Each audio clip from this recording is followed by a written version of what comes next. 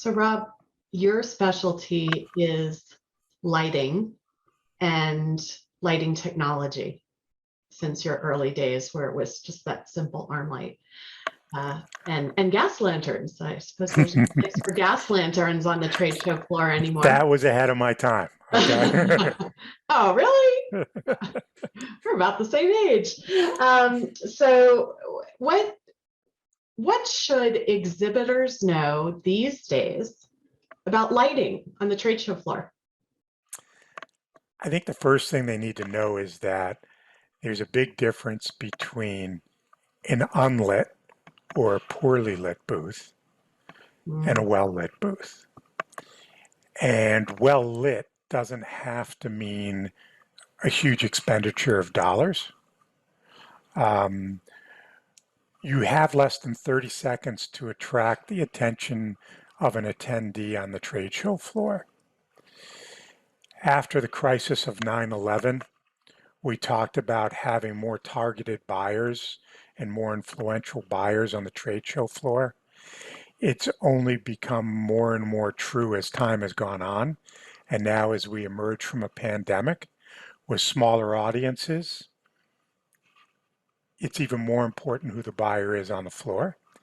And having a well-lit property truly makes you stand out among a crowded floor, especially if you're in a smaller space and competing against bigger, splashier companies around you. So really important to make sure that lighting's not an afterthought, but it's something that's well planned out and integrated into the design. I know a few of our customers try to save a few bucks and not spend the $150 or $250, $300 to electrify their booth space. We guide and coach that is important dollars to spend. So, and there's also a big difference between buying through you, who partners with companies like ours that are focused on this industry and know what works and doesn't work on the floor, as opposed to they decide that they'll just buy something off of www.blank.com, which is a product that may not be designed for the floor. You may have issues with union electricians on a trade show floor and those products, or you won't get the guidance and advice to own all the parts and pieces you need to make that system work.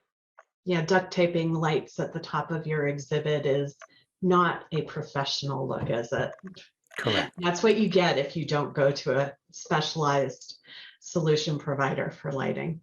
Correct.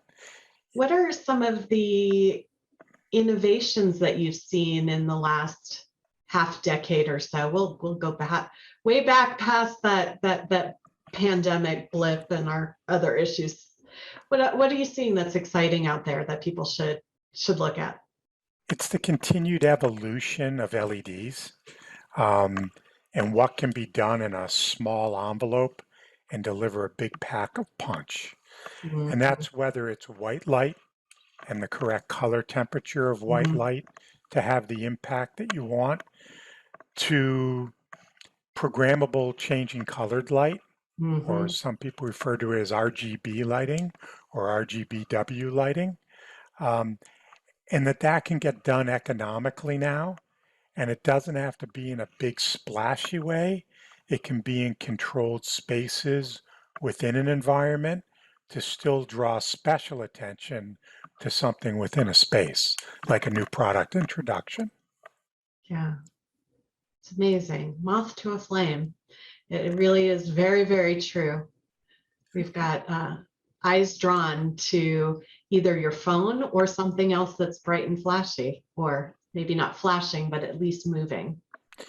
And also, as you see people walking up and down the aisles of a trade show, while we're in this face-to-face marketing business, humans walk with their heads down most of the time.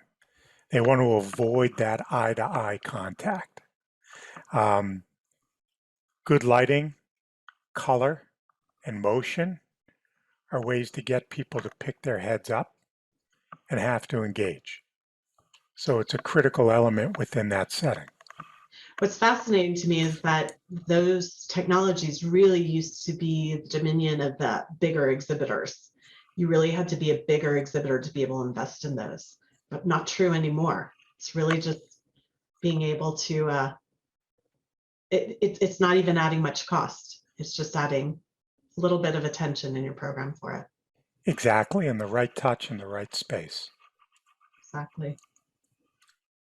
Well, what do you see as on the horizon, things to keep our eye out for? What are some really exciting innovations that might be available to the smaller space exhibitor? It's huge innovations in the programming side to bring more unique motion to the table. Right now, it's very expensive, like to put an LED wall behind a graphic and to program motion into it and to draw attentions at different times to different pieces of the graphic. But over time, that's going to come down, and we'll see that more and more integrated into smaller spaces as well. Mm-hmm. Until that can happen, there are really good technologies now to do things in a simpler way and draw that attention. And again, that could be a shift from just a white light to an RGB programmable light that doesn't have individual pixel control, right? The individual LED, but to a space you can at least deliver the light, an area. Tell us about plug and play and why that's important to the exhibitor.